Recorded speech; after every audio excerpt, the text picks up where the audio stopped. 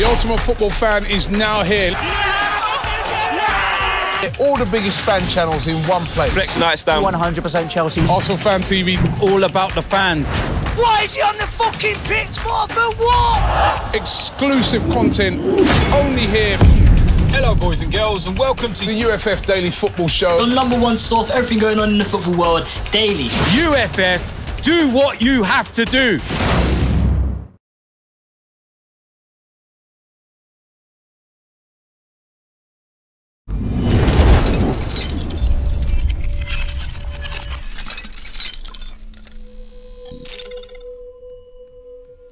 Hello, welcome to FanPark Live. I'm Terry Flewers, joined by Adam from the Fifth Official. That's it, mate. It's over. The Premier League season has ended. It's done. What are we going to do? Watch the FA Cup final. Watch the Champions League final. Watch all the friendlies before the World Cup. Watch England get knocked out of the World Cup. Nah, it's not going to happen. Don't even put that negativity in there. Football that's the greatest thing about every summer where there's a World Cup or a European Championship. Football it just goes right through, and as soon as the World Cup's done, that your club's going to be in pre-season. Love that. It's amazing. And the transfer window opens on Thursday, so the transfer window opens on the 17th of May this year. This Thursday? Yes, that's 17th of May. Bruv, this Thursday? This Thursday, yes.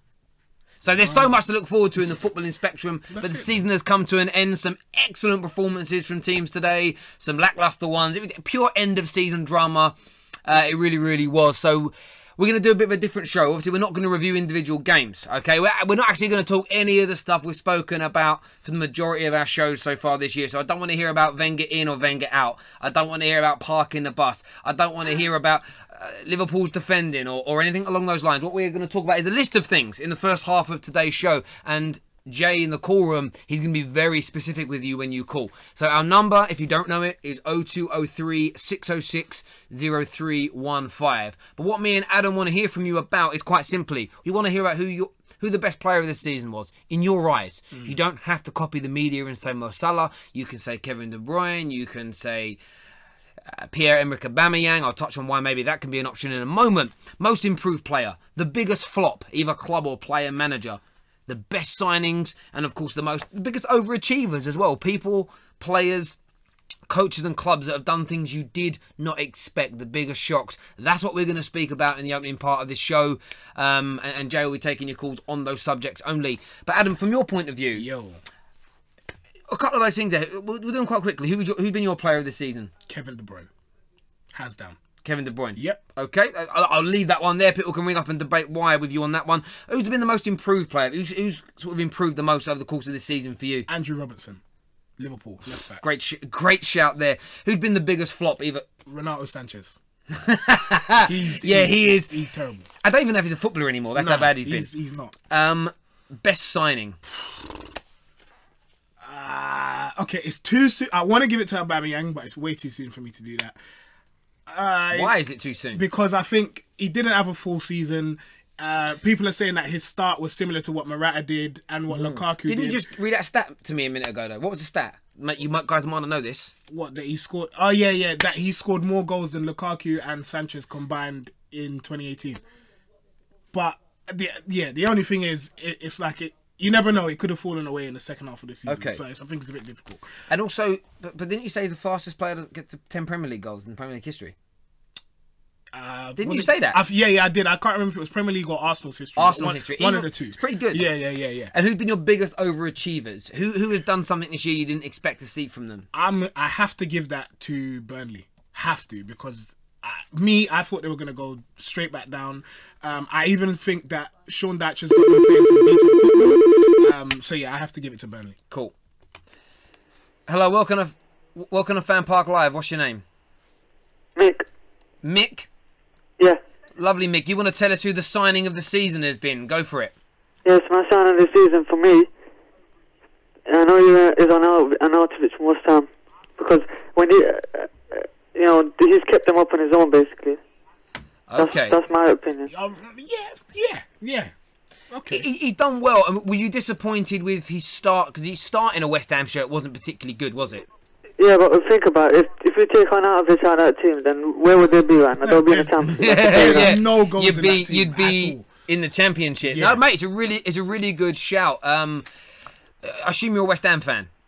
No. No. Okay. I'm an Arsenal fan. Okay, fair, mate. Like that's nice to see a little bit of unbiased viewpoints. Any other thoughts on any?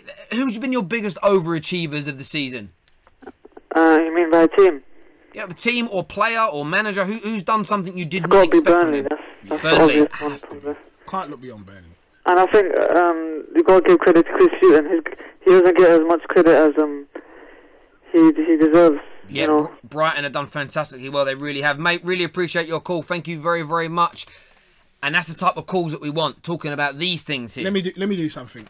So Terry, We'll do this call. We'll do this call. We'll do it after.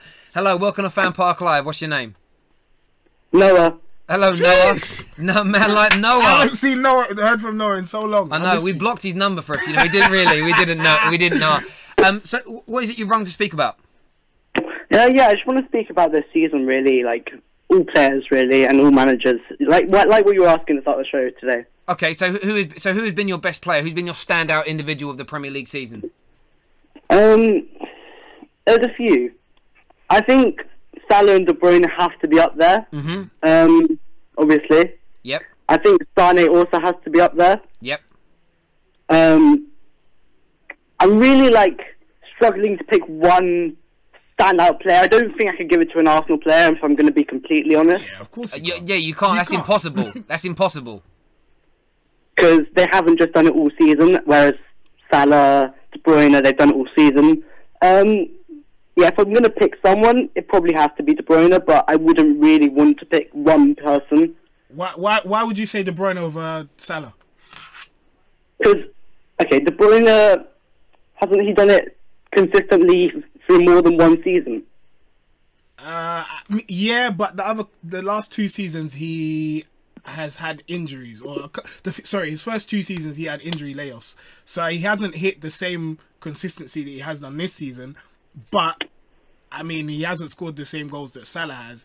But I agree with you. The only reason I have to pick Kevin De Bruyne is because I think he rarely makes a bad decision in a game. Like I've not seen him do a series of things wrong in a game. His decision making, his playmaking. There was one pass he did where he was at the byline, and it just kind of evaded all. It was it was an outswinging part. It was so weird. But I just think his technique, his application, his decision making, he's a brilliant football player, and that's why I have to give it to him over Salah. But I don't know.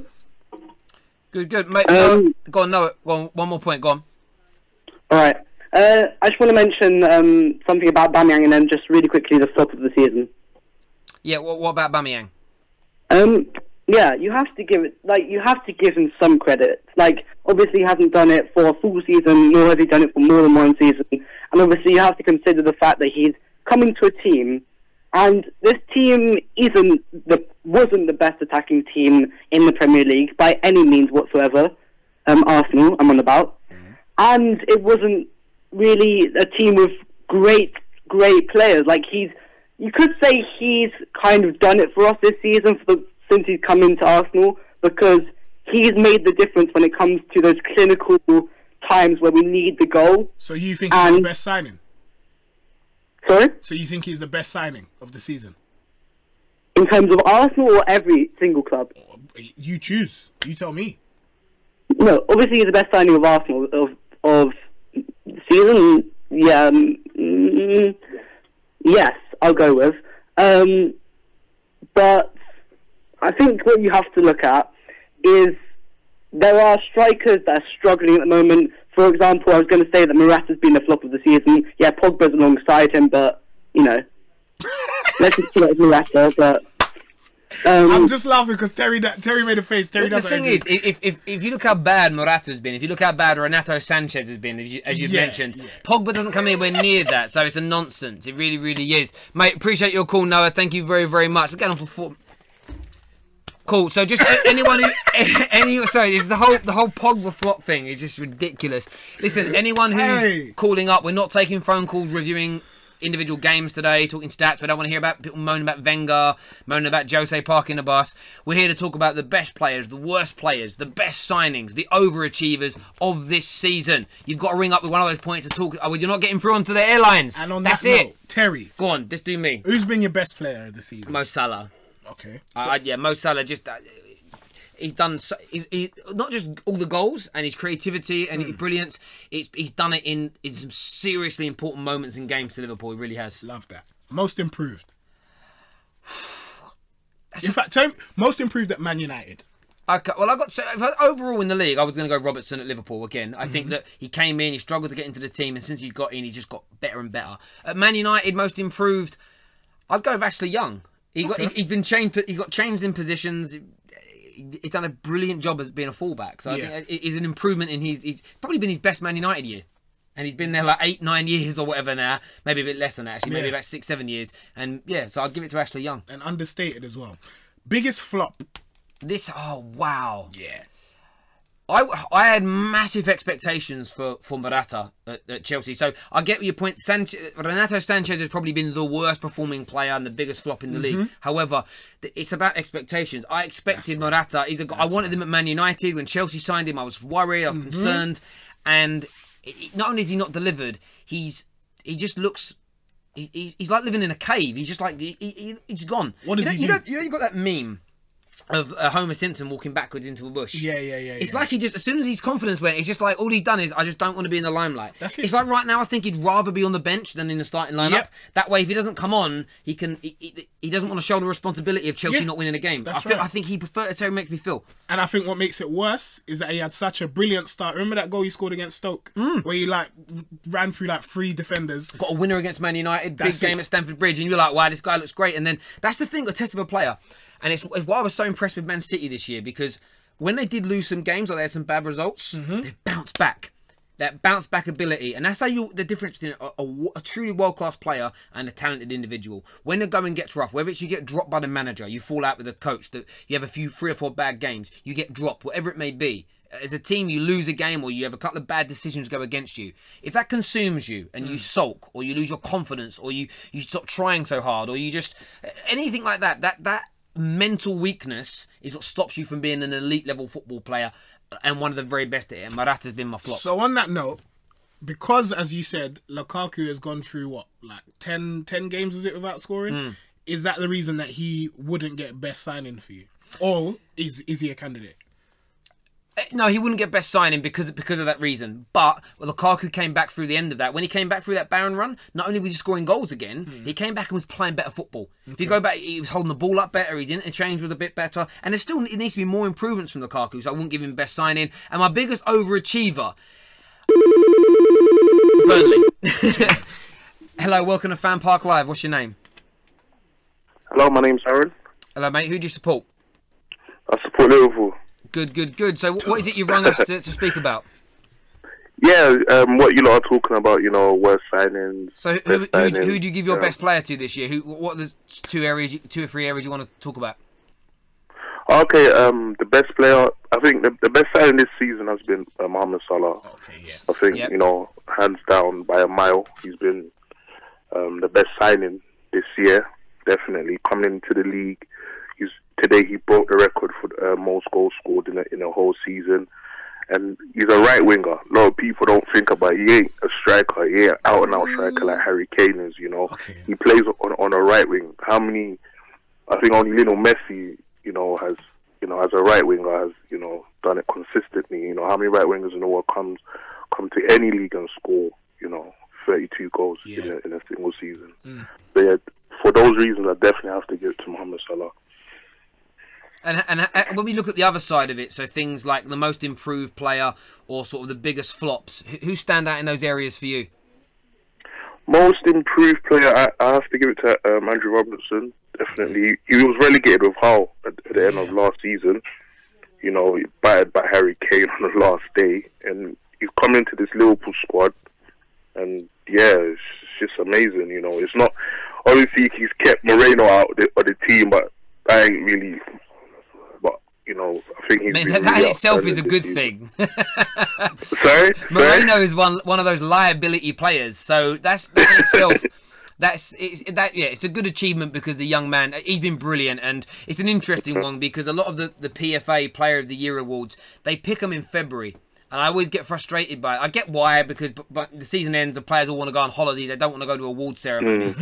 But if those awards were being picked now, I'm sure Robertson would be in the team of the year for left back. There's not the only guy that comes close to being as good as him this year is Ashley Young, and he's not been on he's not been on the same page. That's the difference between Robinson and everybody else. I can't even think of another left back I'd even put into contention for it. Yeah, it's true. How much of that do you reckon is down to Klopp, though?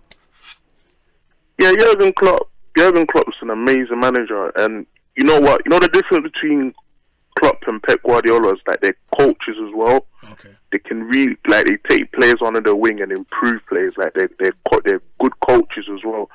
You understand that? That's the difference between some managers can just manage. You understand, and they rely on their coaching team.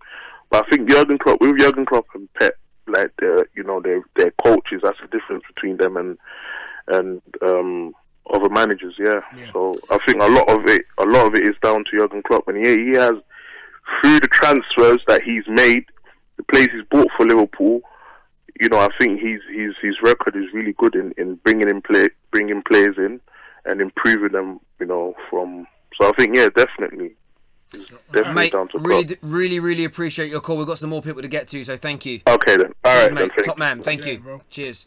It's a good balance to use there. Look, Liverpool players are going to dominate a lot of these debates because they've been very entertaining. One thing Liverpool have had that I've been jealous of this year is they've had 2 or 3 players that have just been brilliant and consistent all year. When I look at my team, you probably say the same with Arsenal. Chelsea probably fit into this category as well, where we've had 2 or 3 players that have had good 2 or 3 month periods, but no one that's done it for 10 months. Yeah, pretty much on and off. And that's, Lukaku started his Man United career, as you mentioned. I think it was like 10 goals in his first 10 games, and you're thinking, wow, he could go on to do something really special. And he's had a great season, 30 odd goals in a season. Yeah, he's brilliant. Yeah. No denying it. And we always knew he would hit that. Pogba started off well. The only Man United player two that for me have been completely consistent all year has been Nemanja Matic. Yeah, and David De Gea, but Liverpool have had it from players that are entertaining, and I think that stands out more in your mind. Yeah, I get that. Hello, welcome to FanPark Live. What's your name? Kai. Ty? Kai. Ty, hello Ty. What is it you want to speak about today? Just my player of the season. Go on, tell us who that is. Nemanja Matic. I just think he's an amazing CDM. Big up you, man. Okay, I get he's an amazing central defensive midfielder, but what is it he has done in a Man United shirt this year that makes him your player of the season? Well, as a Chelsea fan last season, he was just absolutely amazing for us, and he's been quite good this season for United. I just think he's quite good at defending, and then when he gets to the edge of the goal, he just bangs one in, which I think is quite good. I think it's quite interesting. I read an article on Tuesday. Yaya Toure said that the person he hates playing against most is actually Nemanja Matic, which I thought was quite interesting because you know that Toure bullies other midfielders and he destroys, scores goals, creates all of that stuff. But it's interesting that Matic was the one player that stood out in his mind. So I think you're very right. And in my opinion, he's the one that's stabilised Manchester United's midfield this season. But I don't know if Terry agrees. No, look, I appreciate a Chelsea fan phoning up and saying that. It means a lot. It really does. I really appreciate the call. And I think what you've said is true. I go back to that game, Chelsea versus City. I think it was 3 seasons ago at the Etihad, around Christmas time, I believe. And Matic had this dominant display against City. Very rarely were their midfield beaten the way they were, and he was brilliant. And he's had 1 or 2 off games. Every player can have an off game or 2. Of course. But from the first second he put on a United shirt this season until... I don't think he played today, actually, but he's been phenomenal. And sometimes it's subtleties and nice passing. Things he does brilliantly for such a big guy as well, the drop of the shoulder. Yeah. He can be in a tight spot, he'll drop a shoulder, he'll dummy, he'll spin out of trouble and he'll keep the ball flowing. And for me, when I look at my club, if we could have next season either the guy next to him in a 2-man or a 3-man midfield, if they can all perform to the same consistent level that Matic did, If you have a midfield playing like that, you have an opportunity of winning titles and major titles. And that's where, you know, he set a benchmark this year for Man United players to aspire to get to next year. And that's those levels of, and that's the consistency point again that comes in. It's like, I get the caller before spoke about how Klopp's great at improving players. That you can go through every team, whether they've done good or bad, and find consistent players and individuals that have done well. You know, you look at Aubameyang as an example. He's done brilliantly and scored goals. Is that because Wenger's coached that into him? Or is that because he just is at that level? And that's so there's always that argument, isn't there? And I get coaches play a massive part, they do. But Alexis Sanchez was brilliant every year in an Arsenal team that most were calling for the managers to be sacked in. But that's what you need. And the difference is this year between the top 2 or 3 sides in England is that the City are the standout. They've just had 3, 4, 5, 6, 7 people of that quality stay in that form for a longer period of time. And of course you congratulate the manager on that, but sometimes it comes down to, did you buy well? Did you recruit well? Or have you nurtured them through the academy well? And something Which is, stood out. though, a part of management. Of course it is. Absolutely. And that's why it's you take it in there. We've got another call coming through, I believe. Maybe. Yeah, I think we do. No, he's gone. Oh, got one here. Hello. Hello, welcome to FanPark Live. What's your name? Oh, hello, it's Tony. I rang a couple of weeks ago. Hello, Tony. When you played Man United. I would just like to say I agree with you about Mo Salah. I thought he's been excellent this season. Yep. What is it he's done? Apart from the goals, we know the goals. What else has he done that's really stood out to you?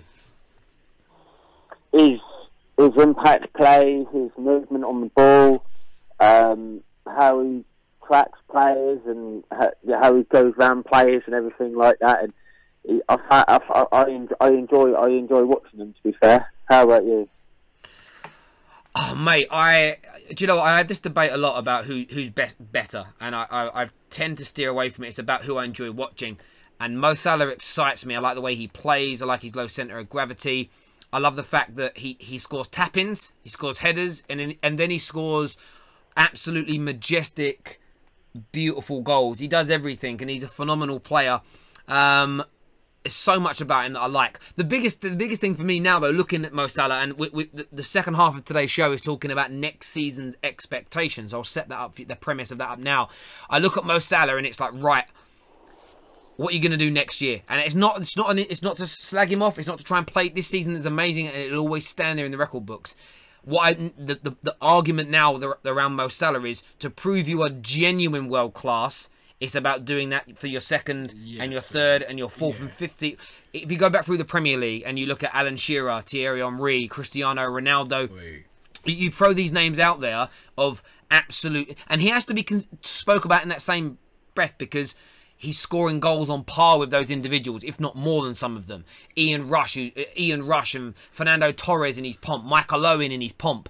These guys did it year after year after year after year. Some had their kind of top-level careers cut short by injury, but that's now the expectation for Mo Salah. This season's done, all bar the Champions League final. Well done, congratulate him, pat him on the back. Now I'm really eager to see what he does next year.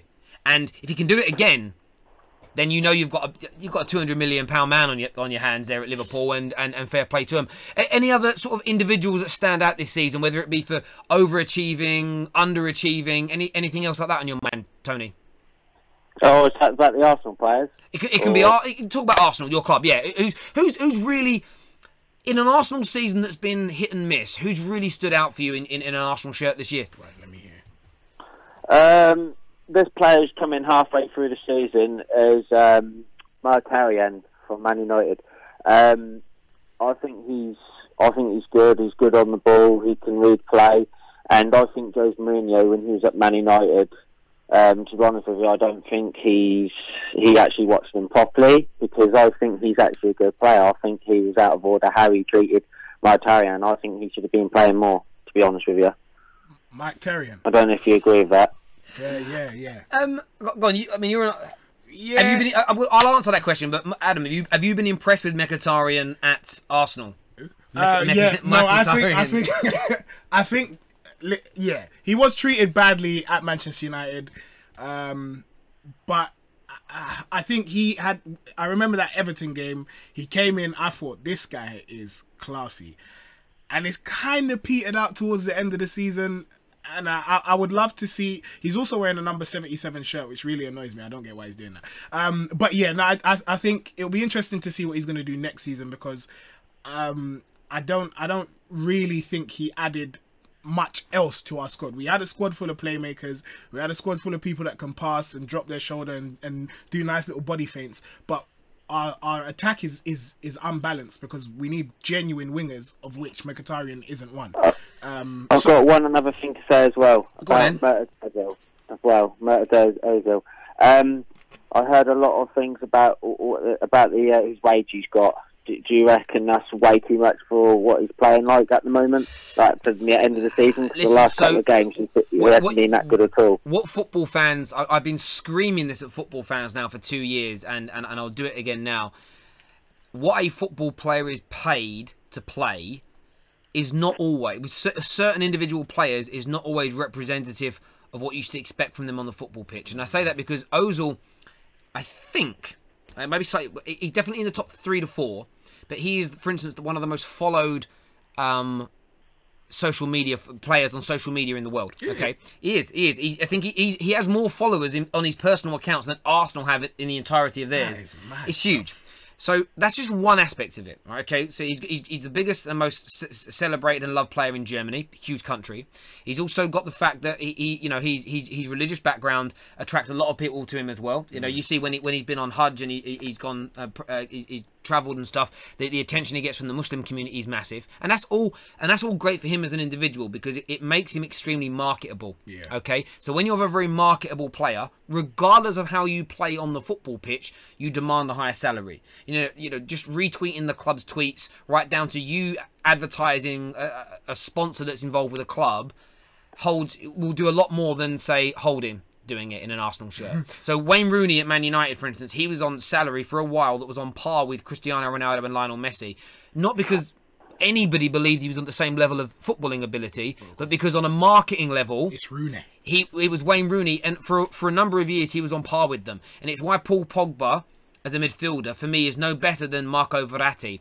But Paul Pogba would cost you more because you're paying for a man that's going to generate more money and more income for your business. So there is a commercial and a marketing aspect to a player's salary and their transfer fee, which is often taken out of the context of a discussion when you're comparing players. So I think it's very important to, if Ozil didn't use social media, if he was like a Paul Scholes, who was not interested in endorsements, he didn't do anything outside of play football, he would be on about 100 grand a week, because that's all a player with that level of marketability could pull in. Does that make sense? Yeah. And that's what I would say to that. So, mate, really do appreciate your call. Thank you very, very much. I always talk about the money in football. It's always something I'm passionate about, because people, they don't really understand it. And there's a great article the other day talking about Alexis Sanchez, that he gets paid an extra £75,000 per week at Man United every time he plays. Mm-hmm. And the article itself said that's on top of his £375,000 a week wages. But then another journalist quoted it, and I can't believe this, it's £75,000 a week appearance fee on top of his reported £600,000 a week salary. And I'm like, they're still going with that 600 grand a week. And I told everyone what that 600 grand a week. What's the truth? Do some myth busting right now. So this is the thing with Alexis Sanchez's salary, okay? His base is around about £350,000 a week. That's a lot of money. And it is a lot of money, no doubt about it. But we just spoke about the marketability. Yeah. What you will then find on top of that is all different types of bonuses. There'll be appearance fees, goal bonuses, win bonuses, etc. When you hit a certain amount of goals, which he hasn't done in United shirt, those bonuses often accelerate. As an example. So what someone has done is they have worked out with the way he's contracted, and they did this as Zlatan a few years ago. If, for instance, he reaches 20 goals in the season, every goal after 20 goals, he'll get an even higher higher bonus for. So what they've worked out is if he was to score a hat-trick after already being on 20 goals that season, play 2 games or maybe 3 games in a week, and win all those games, if you added up all those bonuses together in extenuating circumstances, you could make up a salary of 600 grand a week. I see. So what they are able to do is they say, oh, he's on 600 grand a week. Well, he's not. That's what, like, the maximum he could ever earn. And then he'd have to have 3 games in a week, win them all, scoring them all. There'd have to be so many factors that would make that possible, if that makes sense. And he's never going to achieve that. Like, last year, they said they leaked information that Zlatan was on 497 £7,000 a week. And that was because it was literally, also footballers get paid monthly. So what can happen is people steal bank statements, people see little bits of paper, and they add up, they think, oh, because we all talk about weekly wage, but they don't get paid weekly, they get paid monthly. People can misconstrue it. So there's myths in it. I don't know the exact amount. I haven't seen the contract. All I know through people that bank him is that he's definitely not on 600 grand a week as a base salary. Complete and utter lies. Hello, welcome to FanPark Live. What's your name? My name is Daniel, and I support Chelsea, unfortunately. Boo! Don't say unfortunately. That's your say team. Unfortunately, that dead team. Whoa! You support Arsenal, chill, mate. Chill. So? Come on. So? But no, go on, talk to us. You lost today. Obviously it's not unfortunate, you know. One team's won a Champions League, only team in London to do so, you know. Just saying. But right now it's peak because my team's basically just called Suffer NFC. We all know what Conte does. His tactics are pragmatic. He doesn't get the best out of his best player, which is Hazard. And it's really just a shambles at the moment. It's a real shambles. Yeah, I hear that. So hold on. So who is the biggest flop this season?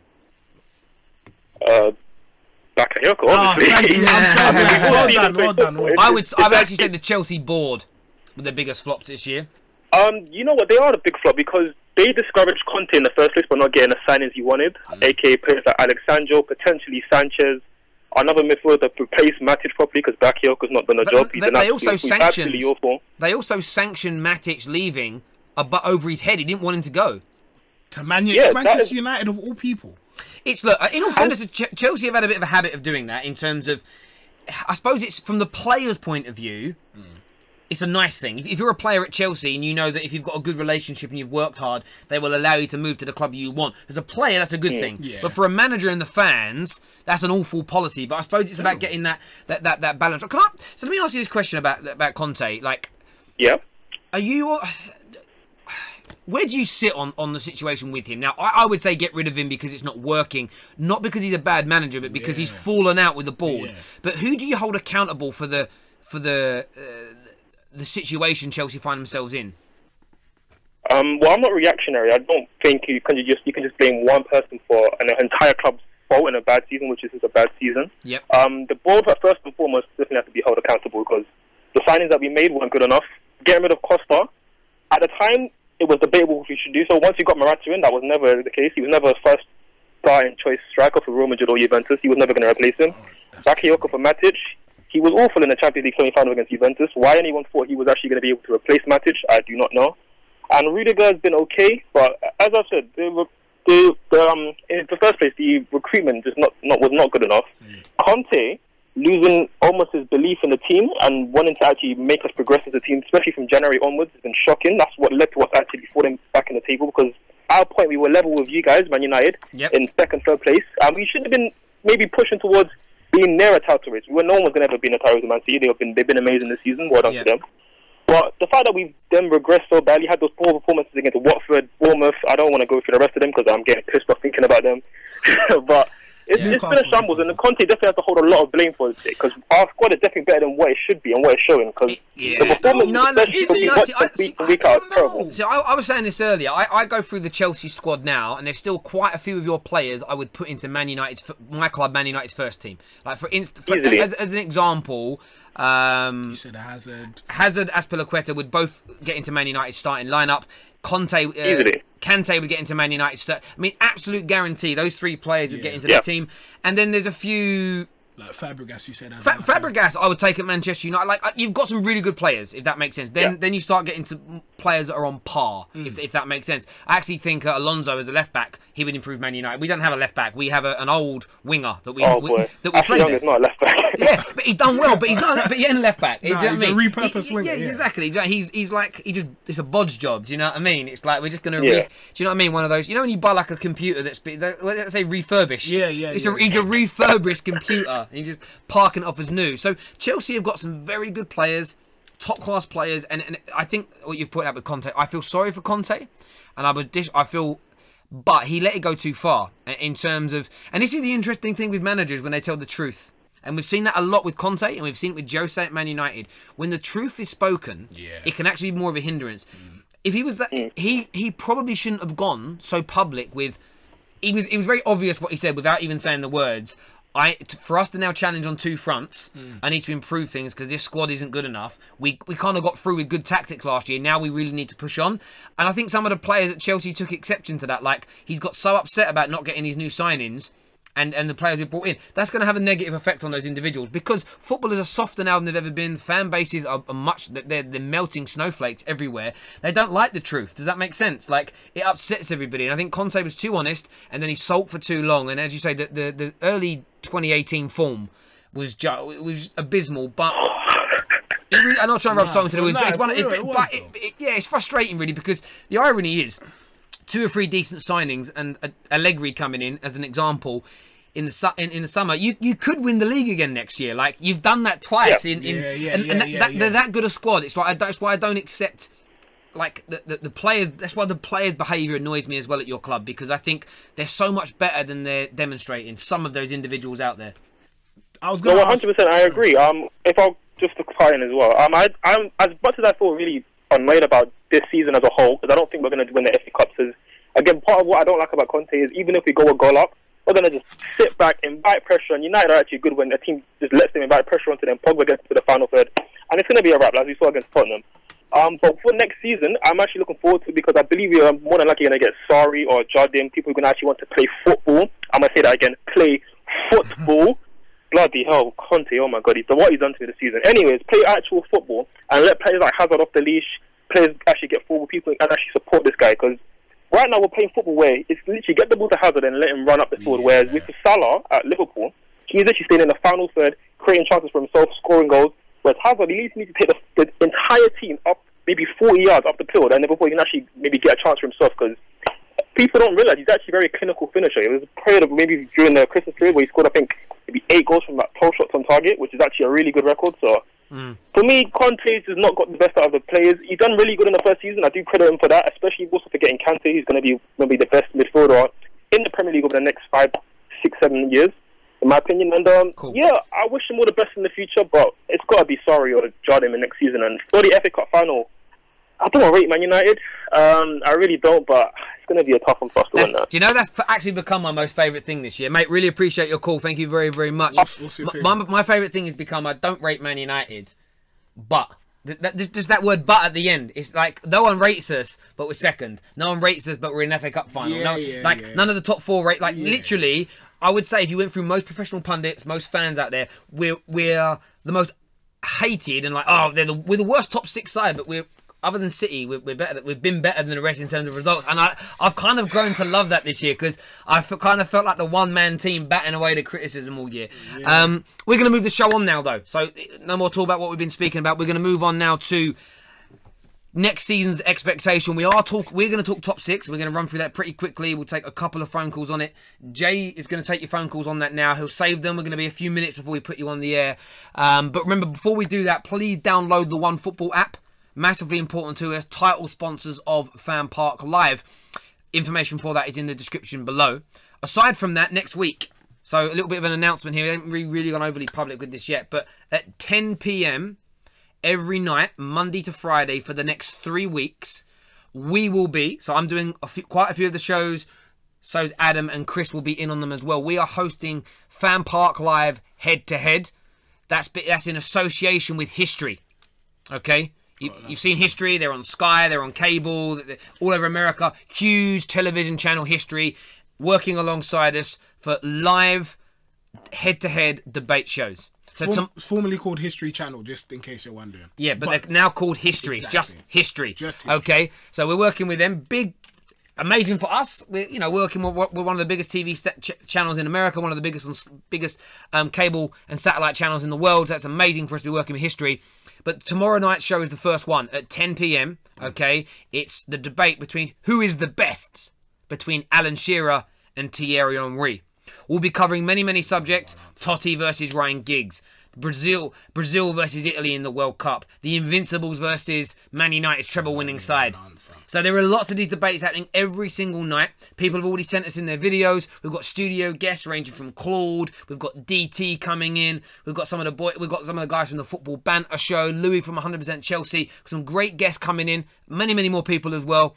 Hopefully getting Mr. Mark Goldbridge involved with it as well, which will be amazing to get his views on some of these subject matters. So 10 p.m, like clockwork, every night, Monday to Friday for the next 3 weeks, we'll be live with FanPark Live head to head. And that's ahead of the World Cup as well, because the World Cup, we're doing FanPark Live for every single game. Every damn game. Every game. Saudi Arabia versus Egypt, we're there. That's my one. We're there. That's the one. We're doing all those games as well. So yeah, big things coming up. We're going to move this show on now to next season's expectations. And I'm going to go to you first, Adam, with this. And we'll run through these. We'll do 20, 30 seconds on each one. Champions Man City, we'll start with them. What's your expectations for them?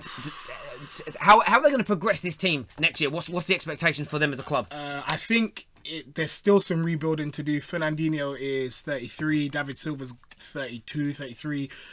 So those two were central tenets of the success of this season.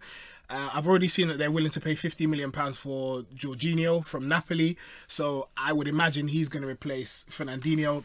And I think it's just a matter of getting the same amount of strength in depth that they have at the back for the rest of the squad. So, for instance, if Sterling gets injured and Sane were to get injured, Bernardo Silva could cover on one wing, but who would go on the other? So I think, it's just a matter of having two players, and I can't believe that they have the money to even do this, but two players of decent standard in every position, and they're going to go clear. I think with City, for me, I think everything just sounds right. They've got to do some stuff in the transfer market, but my expectations of what they need to achieve as a minimum is retain the Premier League title. Back-to-back titles for a team that good is what they need to be considered a great side, if that makes sense. Back-to-back titles. No one's done it for a decade, so that's one expectation. And the next is, I'm not saying win the Champions League, but they've got to progress to the final. I was actually going to ask that, because you were saying that Pep's been brought in because he should win the Champions League. So Mancini and Pellegrini had won domestic titles and had won Premier League. They'd already done that. So it isn't to say they don't want to keep winning those, but the idea is, we want them, with the money they're spending and the ambition of the owners, the idea is to become champions of Europe as well. Okay. So, and you think that so he needs to win it, not just challenge in the semis? And I'm not saying he's got to win it within his first 3 years. I think he wants to be at the club longer. So I would say next year, my expectations of this City side that I think are when they're on form, are the best team in the world. I would expect the final of the Champions League and winning the Premier League as a minimum expectation. That's what I would set him. But I love your views and points on that, on calls. Let's move on now to... Talk to me about United. Okay, we'll talk Man United. We'll talk Man United. For me, my expectations are very simple. I've done a video on this already. I want the football to improve.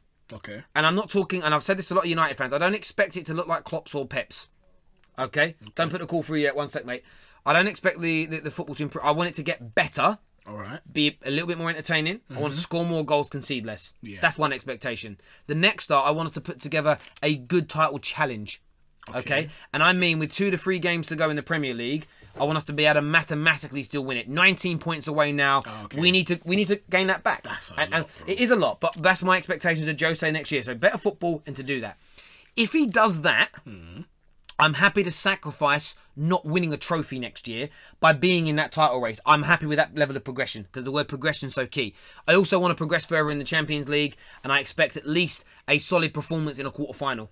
And I would, as the third season, coming back from everything we were at, plus how good everybody else in Europe is and how good City are, that's the expectation I would set. Of course, I don't want to go out in the third round of the FA Cup and the third round of the League Cup. You want to go far. But if you're pushing City, who I think will win the league, right until the last few games, and the football's got better, I'm happy with that direction Man United are going in.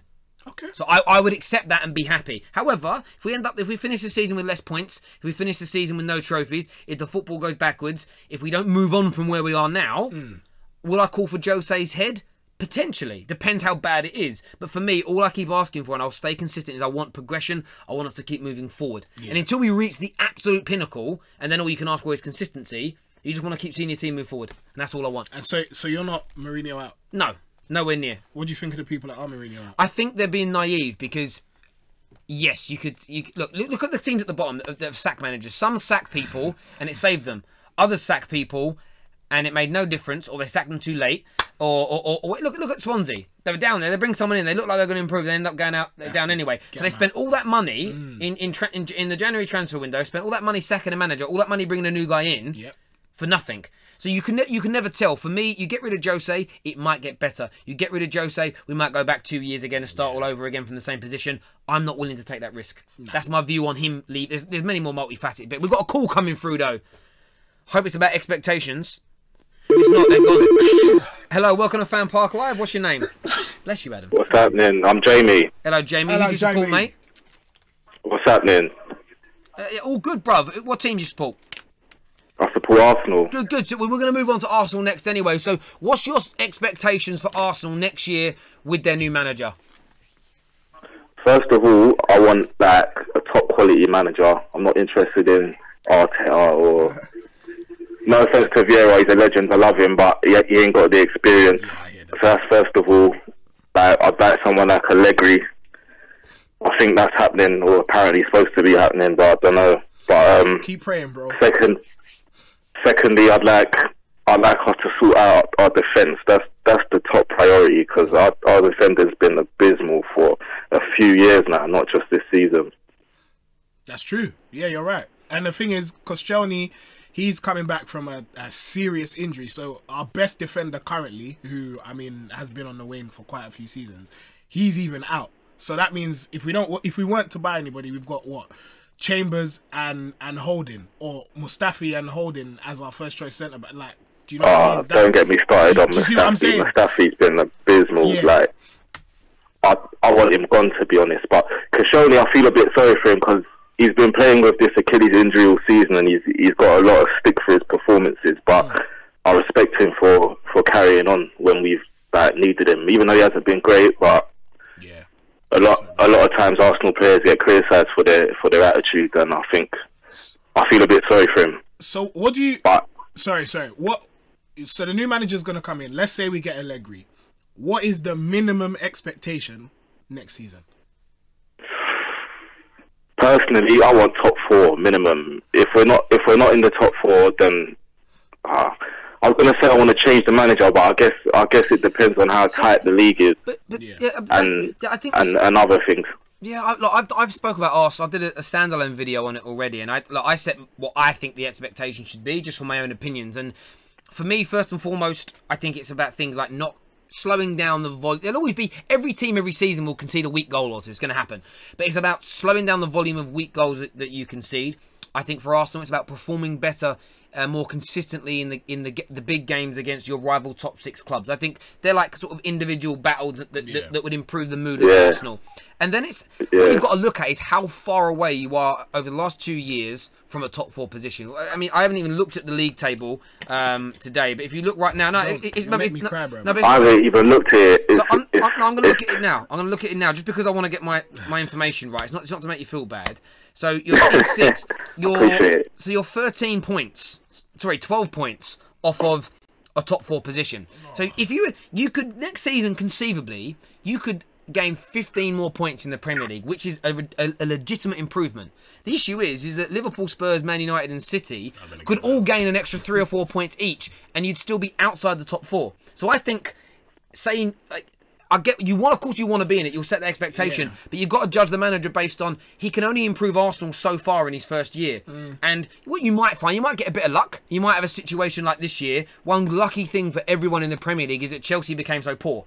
They went from they're 20 points worse off this year than last year. Yeah. And some of that's because their rivals have beaten them, but a lot of that is because they've just not been as good. So you might find that Liverpool or Man United or Chelsea or a couple of them have really bad seasons, and that will open up a door. But if they don't, and they're at this season's level, I think to expect the new manager suddenly to make Arsenal jump straight back into that top 4, it might just be, again, I say this because if everybody sets expectations that are too high, you could find people turning on the new manager too quickly, and that could be catastrophic. Definitely. I hear what you're saying, but at the same time, if we had won, 4 or 5 of our away games in 2018, or even the whole season, we'd be up there. And that's, I don't think that's too much to ask, man. That's for Arsenal Football Club. Anyway, I feel like part of our problem is that we've just been too accepting of this mediocrity. I think, people slam Chelsea for their philosophy on appointing managers, but if you look at the record of trophies won in 20 years, I don't think you can't go wrong. After Arsene Wenger, yeah, I think yeah. Sorry, go on. After Arsene Wenger's gone, I don't think I'm going to have any allegiance to any manager again. To be honest, I don't think that's how modern football is. So, do you know what's interesting? It's about if it's not working, I'm willing to change. It's about the setup and about the players and about the ethos. I think Chelsea's culture is used to having a conveyor belt of managers. Yeah. When you're there as a player, I don't think it bothers anybody. I think where Man United have struggled with it is that you had this. They're not there anymore. Most of those players. Carrick is. De Gea, I suppose. But well, there's still a few actually. Young and Valencia. A lot of players that are still at Man United were used to having one guy. The club was run a certain way, and then suddenly, over the space of 4 years, there was 3 different regimes. And where Chelsea remains different is that the manager only comes in and coaches the first team. So it's easier. Yeah. The issue is, it's about clubs getting their setup right. And what I mean by that is, if you want a model like that, where you can sack a manager every 18 months, 2 years, the manager's only job is to coach the team that's there. That manager can't, for me, pick who's being signed, can't pick who gets sold, can't have any input on the academy, because otherwise you're changing the structure of the club every 18 months, which doesn't make it conducive. And for me, it's a case of you either want a head coach or you want a manager. If you have a manager, you have to give them time. And, you know, I think Man United have proven that. Like, you just think Moyes overhauled everything, didn't work. So we brought in LVG that overhauled everything, didn't work. Jose's come in and overhauled things. It's got better, but that's my problem with sacking Jose now. That you could bring in a whole new regime, and it could go backwards 5 steps. You never know. It could turn us into Barcelona. It won't, but it could. Listening to them, I just think it's one of those things, mate. But it'll be an interesting year for Arsenal. Really do appreciate your call. Thank you very, very much as ever. We'll touch really quickly on the others. Chelsea expectations. Unfortunately, they'll get a decent manager who will sort out their squad, and they will probably get back into the top 4, which is why I wanted to ask Jamie who he thinks will fall out if Arsenal get back in, but Spurs will definitely fall out, but I don't know who the other club will be. So my expectations of Spurs are, I think if they sort their bloody mentality out, they won't. If they have to, because my videos are change these 3 things, and based on those 3 changes, this will be your expectations. That's the idea. If they sort out their mentality, I expect this Spurs side. Spurs have got so many good players. I expect a title challenge. But this is the point. I'm not weak. Do you know what it is? You're thinking. If I think like a Spurs fan, okay, I've got 2 mates that are Spurs fans. One of them's like, we can do that if we sort our mindset. The others are just like, oh, well, we're kind of happy just to be involved. Of course. And that's the problem. If they're happy just to be involved, they're going to fall out the top 4. They're going to lose their best players. They're not going to change the wage cap. Oh. Chelsea, I expect them to be solidly back in the top 4 next year and winning a trophy. That should be their expectations. Billionaire owner club. They've got top to world-class talent already there. They're going to go out and spend. Chelsea are going to go big this summer. They need to deliver. Liverpool. Champions League finalists.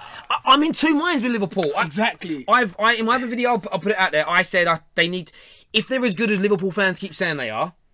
They've got Naby Keita coming in. They're linked with Nabil Fekir. Yeah. They're linked with Dembele, either on loan or buying him. I think they're going to buy 3 or 4 big players. They're spending £60 million on Naby Keita, who already paid for. They've got 65 million on Nabil Fekir. For me, if they bring in those players and they don't lose anyone, if they're not challenging for the Premier League, they're not meeting expectations. It's true.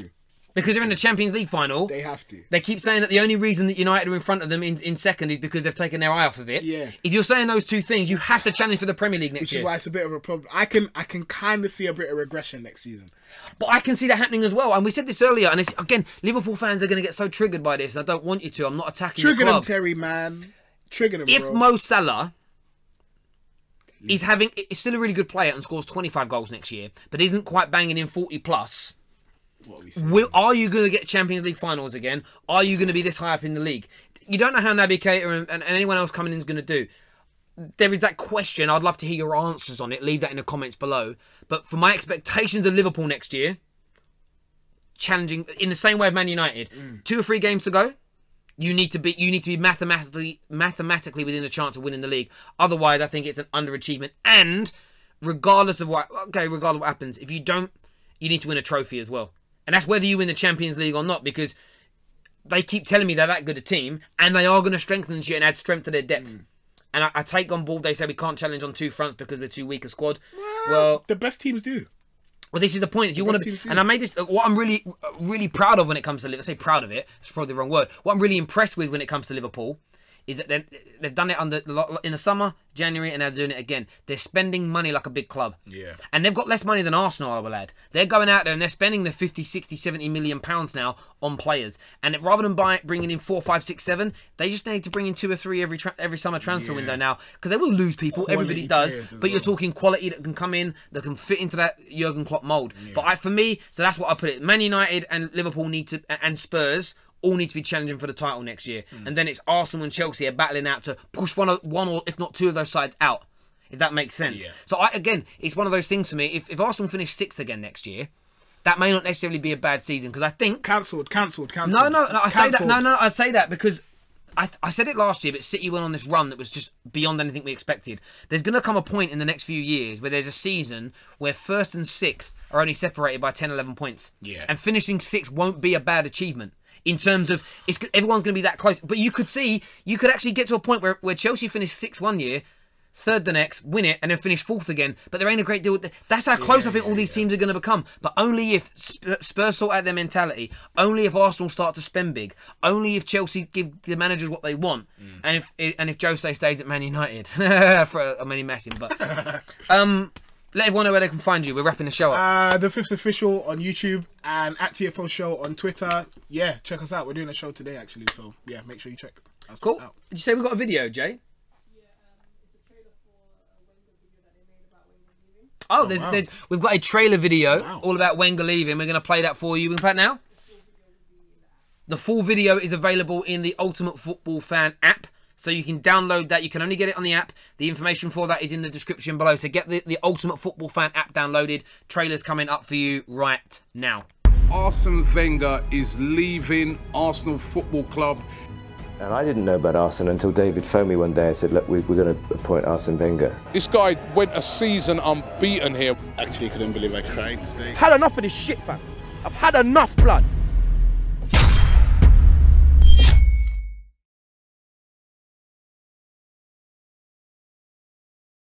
Brought to you by the Ultimate Football Fan. I see a bit of I see Ross Dad there. Yeah, super agent. There he is. Tune in for it, because it'll be. Look, I think it'll be an interesting one to watch. A nice little documentary on, from an Arsenal fan's point of view. Now that the man himself has left it done. We didn't really speak about that today. We didn't need to. But Arsene Wenger is. I should have put him in my flop of the season, but I thought that'd be. No. He's had enough stick. Yeah, do you know what it is? I'll just never have to talk about him again now. No. Done. Well, you will. My job is done. I'm removing my endorsement of the hashtag burn down the Emirates. That's now finished. Wenger out hashtags are gone. Oh, wow. But do you know what's going to happen next year? Do you know what's going to happen? I told you it's all going to go full circle, right? You're going to get Ty, he's going to hate the new manager. No. And then you're going to get DT and Troops that are going to be like the new Ties. Ty's the new manager. Man. Ty will never do that. I promise you. No, but he won't. But what you'll get next season, which could be if the new manager doesn't start well, you'll get that.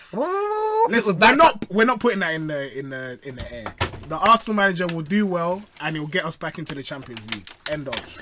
Next season. There we go. Listen, thank you all for tuning in. Download the One Football app. Take care. God bless. See you tomorrow night, 10 p.m. FanPark Live. What's the thing? What's the topic? Thierry Henry versus Alan Shearer. Yeah. DT's in the studio. Bang. I think Chris is in the studio. Yep. Chris Kane, that is. And myself, I'm hosting. See you then. Take care. God bless. Hi, and welcome along to a brand new show called Completely Cooked. Mr. DT. I'm making a sausage and mash. We're cooking a ham roll. Listen, Troops. Man got dead Richmond. What do you know about Richmond sausages, man? The winner will win the Golden Spoon Award. Man, I'm making sausage and mash. Am I a prick? You can tell I'm not used to what those look like by how many kids I've got. I definitely don't want to eat now. Red stripe beer to drink his sorrows away, and then he can wipe his tears, you get me? Robbie, what are those thoughts you've got about me? If you're cookery man, yeah, everyone knows brown rice is the longest rice to make. Man are telling me I've got 2 hours to make jerk lamb and rice. Right. This brother is making pie and mash. Look, he's gonna cry. You got a lot of talk, yeah? Go and get your ingredients. He's got a lot of help. Go and get your ingredients, yeah?